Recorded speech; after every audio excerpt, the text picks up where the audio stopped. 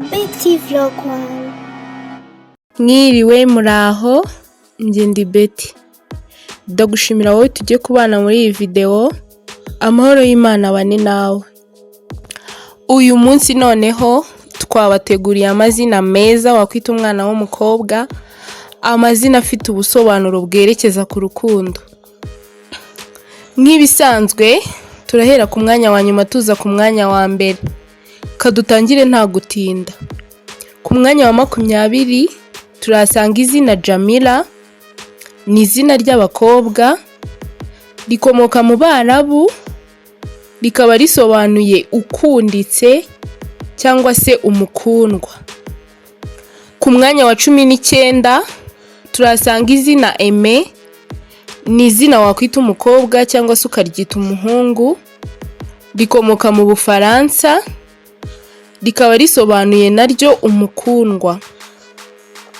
Naho ku mwanya wa 18 turasanga izina Miti, ni izina ry'abakobwa, rikomoka muri Egypti, rikaba risobanuye umukundwa kuri Amun. Amun yari imana y'Abanyegiputa, ubwo ni umukundwa ku Mana. Naho ku mwanya wa 17 turasanga izina Adoha, ni izina ry'abakobwa, rikomoka mu Baratini, rikaba risobanuye urukundo cyangwa se umukunzi. Kadukomereze ku mwanya wa 16 aho dusanga izina Charity, ni izina ry'abakobwa, rikomoka mu Cyongereza, rikaba risobanuye urukundo. Ku mwanya wa 15 turasanga izina Kara, ni izina ry'abakobwa, rikomoka mu Butaliyani, rikaba risobanuye umukundwa cyangwa se umukunzi. Dukomeje kugushimira cyane wowe wamaze gukanda subscribe, nawe udahwema kureba video zacu muri inkoramutima zacu. Kadukomereze ku mwanya wa 14 turasanga izina Amala, ni izina ry'abakobwa, rikomoka mu Baratini, rishobora no gukomoka muri Nigeria, rishobora no gukomoka muri Espagne aho ryasobanura gukunda.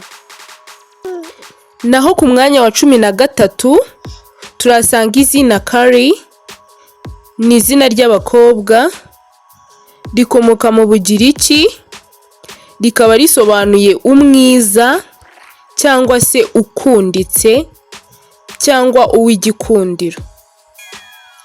Nta gutinda dukomeze ku mwanya wa 12 aho dusanga izina Mia, ni izina ry'abakobwa, rikomoka muri Egypti ya kera, rikaba risobanuye umukundwa.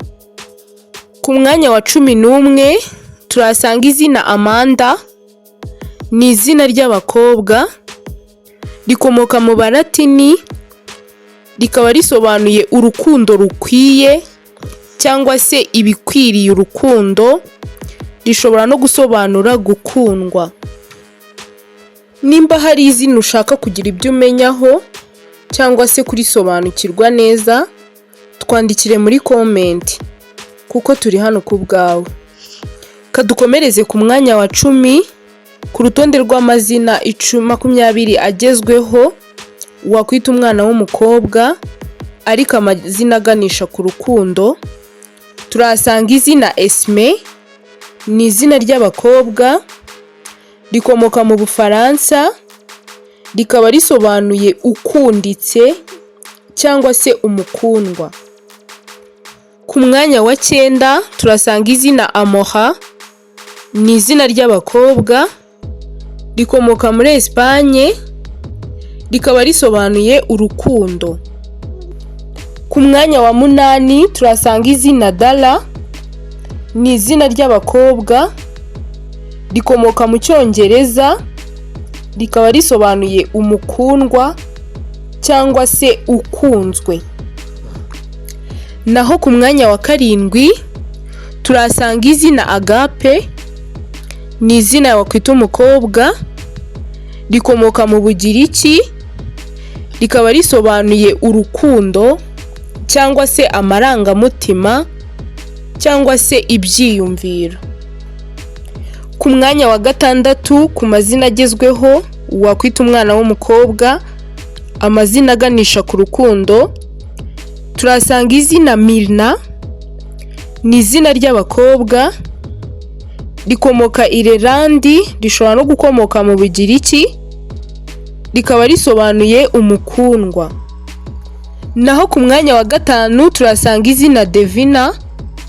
Ni izina ry'abakobwa rikomoka mu bakristo bo mu Baheburayo cyangwa se muri Scotland, rikaba risobanuye ukunzwe cyangwa se kundwa. Ku mwanya wa kane ku mazina agezweho wakwita umwana w'umukobwa, amazina afite ubusobanuro buganisha ku rukundo, turasanga izina Mandy. Ni izina ry'abakobwa rikomoka mu Balatini, rikaba risobanuye urukundo cyangwa se gukundwa, rishobora no gusobanura ngo ugomba gukundwa.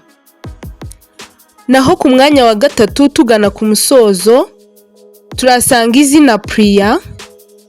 Ni izina ry'abakobwa rikomoka mu Buhinde, rikaba risobanuye umukundwa cyangwa se umukunzi.